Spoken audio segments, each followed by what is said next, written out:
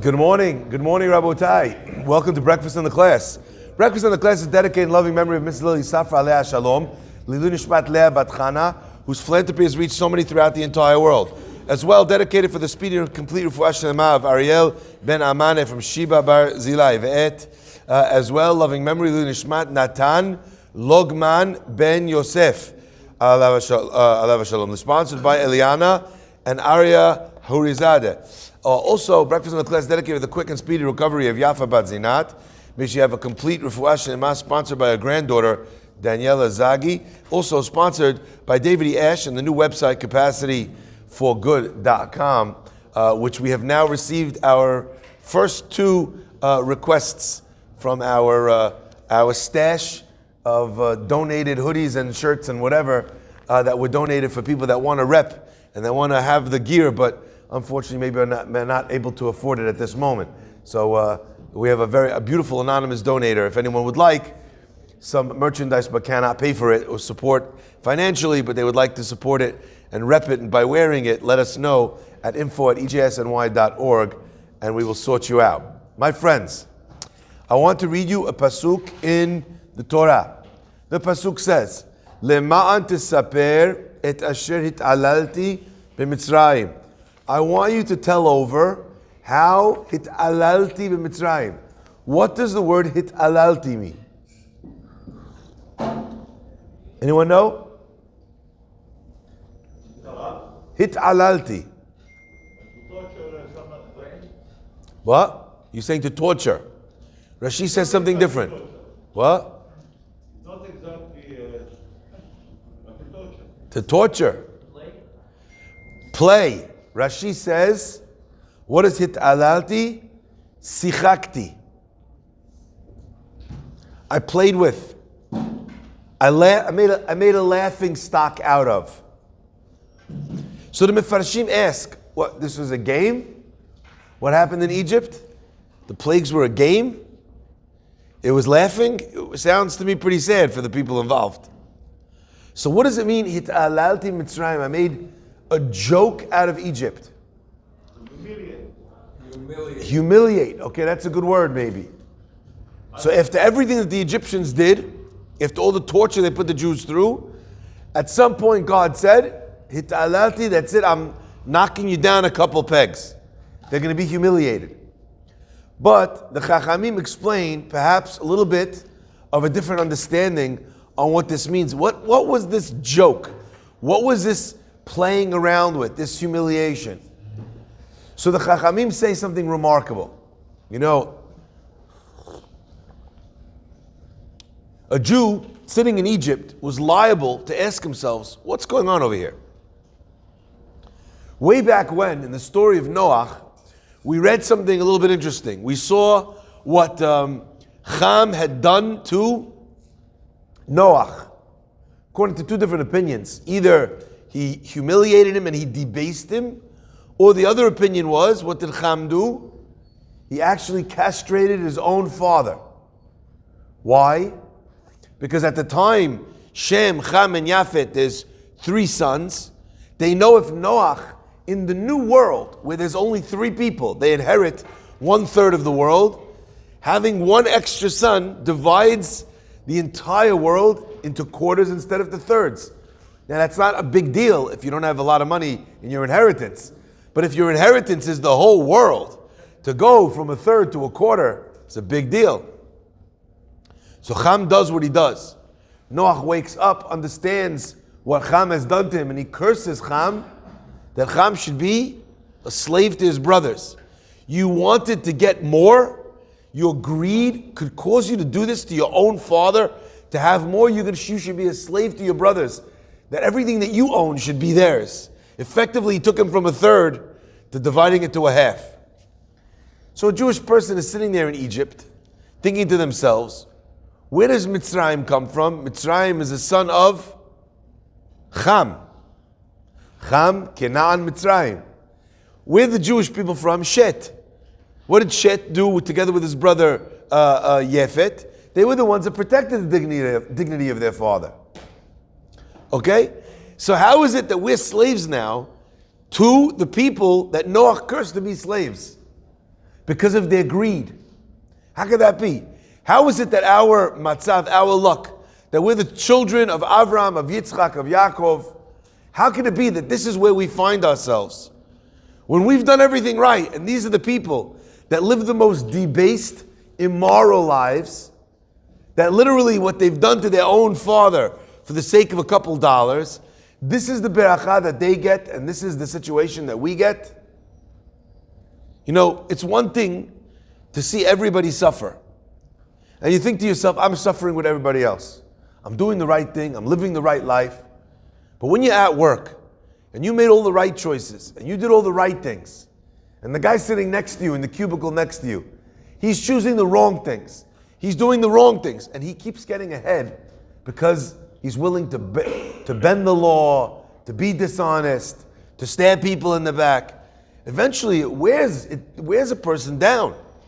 It becomes hard to live that life when it seems like the beracha is going to the person that cheats the most. My friends, to that we have the response of Asher hit'alalti b'Mitzrayim. The Khatam Sofer explains, you have to understand, the Egyptians at the time were not just a random country the Jewish people had to go down to. At the time, Egypt was the reigning superpower in the world. All of the power, all of the influence, all of the advancements in science and technology, where were they happening? In Egypt. So they went effectively to the epicenter of power and influence in the world, and they became slaves in Egypt. And what was the hit'alalti b'Mitzrayim? And I mentioned this actually on Shabbat, that it doesn't say hit'alalti b'Mitzrayim to mean that God made a mockery, a laughing stock of Egypt. I thought to myself, maybe there's another way to read it. Et asher, tell your children, et asher hit'alalti b'Mitzrayim, that I made a laughing stock, I made a joke out of, not of Egypt, not b'Mitzrayim, but rather in Egypt. Bi means in.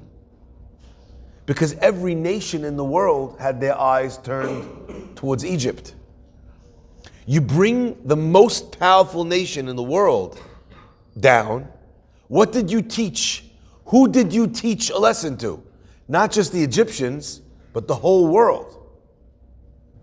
To think for 1 second that the people in Egypt thought everything was going their way.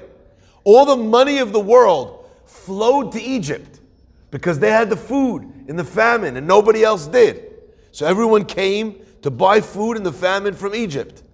And then when the Jewish people at the end of Parashat Bo clean out Egypt, because they give them all of the money, they give the slaves, they found favor in the eyes of their Egyptian masters, and they gave them everything. Vayinatzelu et Mitzrayim. The pasuk says they cleaned out Egypt. Who were they cleaning out when they cleaned out Egypt? The whole world. So that God took the most powerful and the wealthiest, and God took the people and brought them to the bottom, to the worst, to the lowest point of their lives. And everybody here thinks that they know and they understand what they're looking at, and God says, hit'alalti b'Mitzrayim. This whole thing, one big setup. This whole thing is one big game. I wanted to give you everything, so I made sure that you went of all places in the world to be slaves to this place, the place that had all the money and the riches from every other country. I wanted you to learn to get these messages in a place where everyone in the world would be able to understand what's going on from Mitzrayim. That's the hit'alalti b'Mitzrayim. My friends, I think sometimes it would be a great help for us to remember that sometimes, in the words of Sherlock Holmes, the game's afoot. I remember I was a big Sherlock Holmes fan growing up. Watson, the game's afoot. He would say that whenever he could sniff out that something was not exactly as it should be. Something was off. Some guy's alibi was not watertight. How come he was in this place at that time? The game's afoot. he could sense that something was going to come together. A picture would become a lot clearer very, very quick. My friends, that's what it means, Et asher hit'alalti b'Mitzrayim. I want you to think for 1 second about the historical example of this concept. You know, in 1944 even, 1943, 1944, the Nazis were the single most powerful force in the entire world. I want you to hear those words. The Nazis were the single most powerful force in the entire world. I'm not sure that there was another army in the world that could have stood up against them by themselves. Not one. In a space of basically 1 year, they go from the strongest power in the entire world that was capable of conquering, literally, country after country after country after country. They go into oblivion. They go back to being nobodies. Their arms are taken away from them. I mean, it's unbelievable what happens in the aftermath. The country is bankrupt. The laughing stock of the whole world. They become the term that we use when we describe fascist, racist, horrible people. Today, when you say you want to use a word to describe that person, what word do you use? This person is a Nazi. That's what it means, hit'alalti. Made a mockery of. You think you're everything? Hold my beer. Boom. Where were the Jews in 1945? A persecuted people, shattered, 1/3 of our numbers erased from the map. But in a matter of 3 years, from 45 to 48, the Jewish people come home. And they win a war not against one country that is well armed, but against 5. With every logistical and war-based metric against them. That's hit'alalti. Hashem says, hold my beer. Watch what I'm doing now. Let me show you. You think you see it? You think you understand it? The opposite. There was a God-fearing Jew that moved to Israel from Iran. He saw that there was religious persecution. He realized that he had to get out of there. Simple Jew, but decided he was going to travel and move to Israel. Anyway, he moves to Israel, prays to HaKadosh Baruch Hu. He says, Hashem, you took care of me and my family in Iran. Take care of me here in your country. I came here for the right reasons. He can't get a job. He can't speak Hebrew. He can't read Hebrew. Smart guy, but his qualifications don't count. Can't get a job. One day, there's a knock at his door. And they ask him to come down to the Misrad HaBitachon, to the Office of Defense. Security, maybe, is perhaps a more exact translation. He's very nervous. You know, it's happened before that the Israeli government suspected Iranian olim of being spies for Khomeini.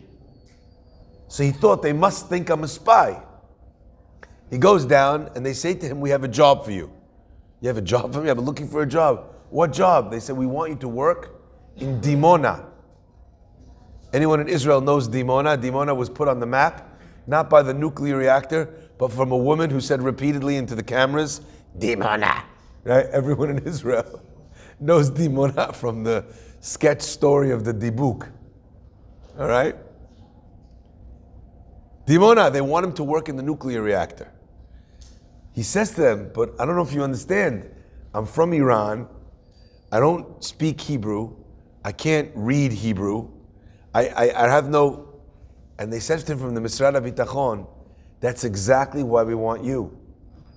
The secrets that we have over there, we're very nervous about people getting out. A guy who doesn't know anyone in this country, a guy who doesn't speak Hebrew, a guy who can't read Hebrew, you're perfect for the job. So a lot of times a person in this life thinks to themselves, what qualifications do I have? And God in heaven is saying, Rohi, what qualifications don't you have? Watch me. How often is that how this goes down? The process of emunah means that God doesn't need what you need in order to get you the job. God doesn't need what you need in order to make you healthy. God doesn't need what you need in order to bring you close to Judaism. You know, some people, they become close to Judaism because they start listening to classes. Some people come close to Judaism because they find a role model or a rabbi in their life. And some people, none of the above. You know, a lot of times they ask someone, a rabbi, you know, about teshuvah, you know, about mitchazek, I'm so happy to be here. I said to him, oh wow, how'd you find your way home? And the guy will tell me, you know, I was on a train, I was this, I was that. The randomest stories. I remember once being on a train to Bayonne Yeshiva, back in the day. I used to travel. Today you can never do this. I used to travel on the train through Journal Square in Newark, to Penn Station, and from Penn Station to travel to Jersey City, Journal Square in Jersey City, and then from Journal City take a bus to go to the yeshiva. I used to do this at nighttime. You know, there's literally people on crack cocaine sprawled out on the side. This is what it used to be back then, before Corey cleaned up the city. Okay, in Newark, and I was 13 or 14 years old. I was traveling by myself. It was a different world back then, huh? I remember once going to yeshiva, rocking a machete. I took a machete with me to yeshiva. Not sure exactly what I planned to do, Mr. Crocodile Dundee. Not sure, what was I going to do? Like shish kebab a guy? Take him with me? I don't know what the plan was, but I was armed and mildly dangerous. My yearbook, they labeled me most likely to become a Moel. No, I'm joking. Either way. Okay. I didn't have a yearbook. Why do I share this with you? I remember traveling on the train one morning, early in the morning to yeshiva, and I put on my tefillin, and I was embarrassed. I tried to find a seat in the corner. Anyway, this African-American man comes right over. There's 500 empty seats. I'm sitting in a 3 by myself, in the corner by the window, in the front car, so no one could see me. I'm by myself, I have my privacy. The guy moves in, sits in the middle seat, right next to me. The whole carriage is empty. Anyway, he looks at me and he says, "Them's phylacteries?" Literally. Dems, I kid you not. Dems, phylacteries? That's the English word for tefillin, by the way. I don't know if you ever read that in the translation. That's how they translate it. I was like, yeah. Dems, they are phylacteries. They're tefillin, we call them. He goes, wow, what's inside? Tell him what's inside. He goes, and you put these on every day? You tie them like this? I said, yeah, every day. He goes, wow. What a special people you are. So holy. He goes, you mind if I sit here while you're praying? Here I am, embarrassed, in the corner, they're like this, right? This guy chooses of all the seats, he wants to come sit next to me. He wants to ask me about my phylacteries. I've often thought that would be such a great song to write. I don't know, I kind of see that already, the rap and the hook. Anyway, someone wants to send that to me. I'll put it out on Breakfast in the Class. That's what it means, hit alalti. Hashem's like, oh, you think this is a problem for you? Hold up. Let me make sure no one comes in your car. You think you want to have some privacy to be able to pray by yourself? No one's going to come. No one's going to bother you. And the one guy I'm going to send is going to give you more chizuk about your tefillin than you even have inside of yourself. The guy was more excited about tefillin than I was. He wants to know everything about it. How lucky I am. Can he sit next to me when I'm praying? You know how I prayed when this guy is sitting there watching me? Again, it was another day. Maybe today that happens, you're praying for your life, not, But I was praying because I wanted this person to see. He was so excited. He wanted so much. He wanted a piece of that. That's what means hitadalti.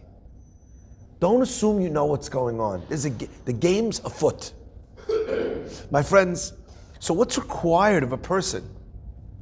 When David HaMelech says, you see that the righteous people, they're not getting what they're, it's just the guy is struggling, he's in kolel, the guy has no food for his kids, everything's difficult. Then the other guy over there, he does everything wrong, Shabbat, eats pig on Yom Kippur, while driving in the other hand, okay? Honking and disturbing Ne'ilah. Okay, that's how far the guy, he's a dafkanik. And the guy is driving a Bentley. That's what he means, hit'alalti. Hashem means that this whole thing is a game. Ultimately, at the end of the day, the score is settled. But the name of the game is being able, listen to this, my friends, I'm going to say this again. The name of the game is to not be distracted by the game. I was once walking with Rav Abba Brudny, my rabbi in Edison. And we were walking up in Edison, Plainfield Avenue. And as we're walking up in Plainfield Avenue, the rabbi is walking with his hat, and it's a windy day.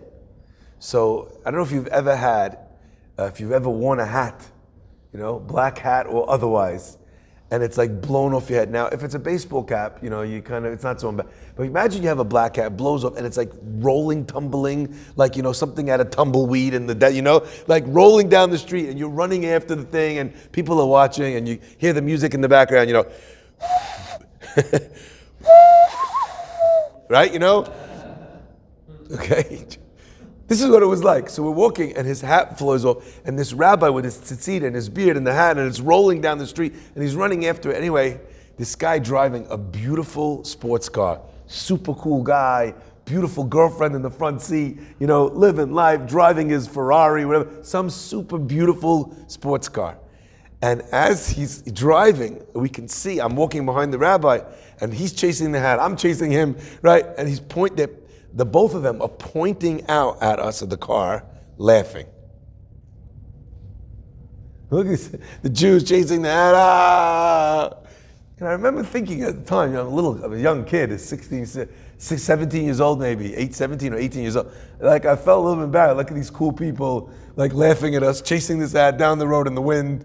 They're like, ah! And as they're driving, ah! The guy didn't realize there was a red light.